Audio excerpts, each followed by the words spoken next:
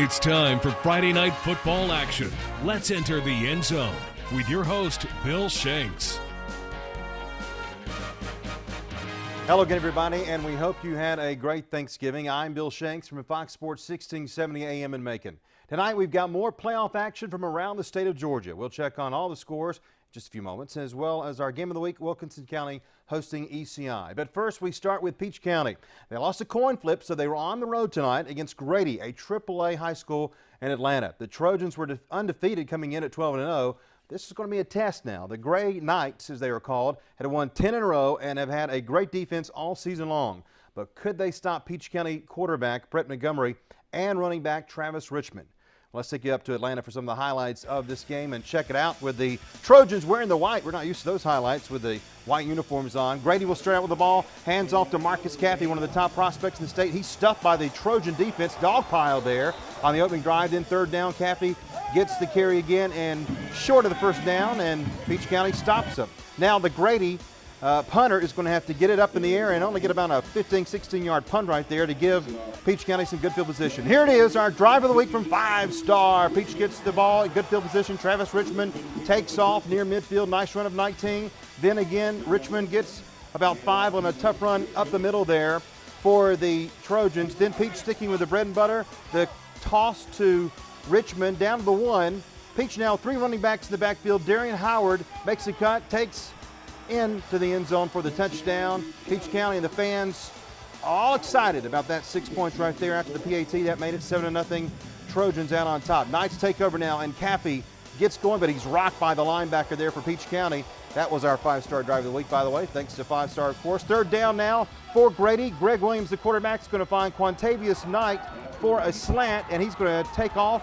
Picks up about 30 yards here. Nice play for Grady. Knight's moving the ball now. The quarterback, Williams, will hit Damian Swan for about a 16-yard pickup and a first down near to the Peach 30-yard line. Now Caffey, the running back, is going to get back and take it up the middle for about an 11-yard gain to the 18 for Peach. Caffey again moving the ball about to the 5-yard line after he hurdles down there. Now Caffey puts the icing on the cake. Nice run here up the middle for the 6 points. Touchdown for Grady, and that made the score 7-7 after the PAT. Next possession, Peach now, fourth down. Montgomery rolls right and throws back to his left. Renard Williams picks up the first down, but there's a flag on the play. Peach would have to punt the ball away. Second quarter, Grady moving the ball. Caffey gets the carry, breaks one tackle, goes 35 yards for the touchdown.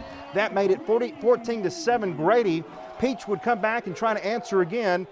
Here's Travis Richmond with a great run here. He's going to get about a 27-yard gain here for the Trojans. Peach County would be down by 2 touchdowns here at one point, but they would bounce back to miraculously win this ball game. I don't know if you can stop them now. They had another live here come up. 42-35, they will play Sandy Creek next week. Now to Single A, Wilcox County taking on Wesleyan in Norcross. Our thanks to our friends at GHSA.TV here. Wilcox down 7-0 in the first quarter on the Wesleyan 20. Shotgun formation, Nick Marshall to Jonathan Howard for the touchdown there for 6 points.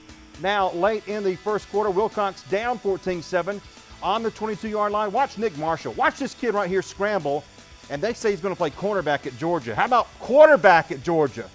Nice play. Howard again, touchdown after the PAT. It was 14-14. Now late in the second quarter, Wilcox up 21-14 on the 10.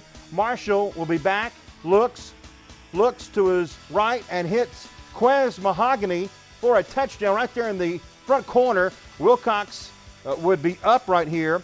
Then Wilcox up 28-17, and they're going to bounce back. Peach was up, Wilcox was up 28-14. Then Wesleyan gets the touchdown. That makes it 28-24. Then Wesleyan again on the Wilcox 5-yard line. They get another touchdown from 5 yards out. That made it 31-28, and Wilcox would lose this game. Wesleyan wins 45-28, and Wilcox ends the season at 11-2. Somewhat of an upset there for the Patriots going down to defeat. We've got more scores still to come, and we'll check on the Wilkinson County Warriors. We're back right after this. Back on the show. Thanks for sticking with us. Now let's move to Single A and the Wilkinson County Warriors. They have been lucky enough to host both playoff games so far this season at home. They were back at Death Valley tonight as ECI came to town. The Bulldogs from East Georgia feature Wesley Ely The brother of UGA running back was Sean Ely. This is a running team that was bound to give the Warriors a good test tonight. Here we go, back for some highlights at Wilkinson County for the action of this game. Warriors taking the field now, and they get going first quarter. Wilkinson with the ball. David Whipple with the handoff. Quantrell Williams runs the right side but gets stopped for a short gain. Then Whipple back to pass. He's going to find Tevin Underwood for a gain of about 7 yards as they are driving. Whipple again now back looking. Left side, Devontae Drayton takes off running for about a 15-yard gain on the left side right there. And the Warriors are moving the ball. Then Whipple again, the pass to Underwood for a nice completion, about 10 yards before being pushed out of bounds. Whipple moving the ball now. Young quarterback, shotgun, hands off to Jaquez McDowell, who struggles to get up the middle and gets about a 5-yard loss. Good play there by the visitors. Then Whipple again, long pass coming to Alvin Dupree, but it's no good, incomplete there as they're trying to knock on the door. David Whipple again, back to pass, gets Underwood for about a 5-yard completion. Then he's going to go for another long throw back, shotgun looking. Stubbs, Demonzio Stubbs, it's incomplete. Can't get it there. Whipple again, now the handoff, Quantrell Williams for a small gain down to the ECI 18-yard line. Then Whipple is going to back, look for an opening, having to scramble a little bit, and he's going to find Chris Cleveland with a pass that really ended up to be a loss. Fourth down now, David Whipple looks to pass to Dupree on the 5, but it's incomplete there, and still no score, and they couldn't get it. ECI now with the ball. They're going to punt it away to Wilkinson. Demonzio Stubbs will catch the ball on the 8-yard line, and he's going to take off running. And believe me when I tell you, he's going to go all the way on this play. A long touchdown, but it will be called back on the flag. Thought Wilkinson was on the board, but they're not. So they had to try to get going again deep in their own territory. They will hand off to Chris Cleveland on this next play. It's going to take for about a 25-yard gain here. Nice play before being dragged out of bounds. This was all defense in the first half, of course. It was scoreless at halftime, and Wilkinson County would hold on to win this ball game tonight by the score of 20-7. Wilkinson County the winner, and they will play Clinch County, who is undefeated. The Panthers are very good. It'll be a good game next week, Wilkinson versus Clinch. We'll be right back with more right after this. We're back on the show. Thanks for sticking with us. I'm Bill Shanks. The GISA State Championship was held tonight down in Albany at Deerfield-Windsor, and Deerfield-Windsor beat Tattnall tonight, unfortunately, by the score of 38-22. The head coach of the Tattnall Trojans, Barney Hester, joins us now on the phone for a few moments to talk about the game. Coach, we hate the results were not in your favor because you had such a great season. Tell us a little bit about this game, 38-22. It sounded like a tough game for you guys. Well, it was. We played hard. I mean, our guys had a great season, and, we came up short tonight. We had, a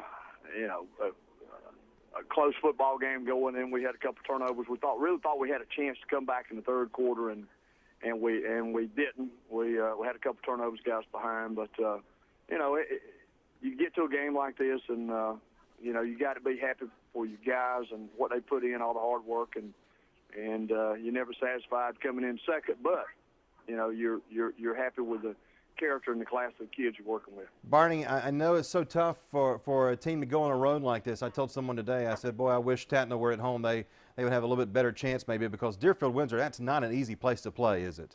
Well, we've had a lot of success down at Deerfield. Of course, a lot of that's got to do with the talent of the team, and of course Deerfield has a really good team. Defensively, I thought they were as good as anybody we played all year.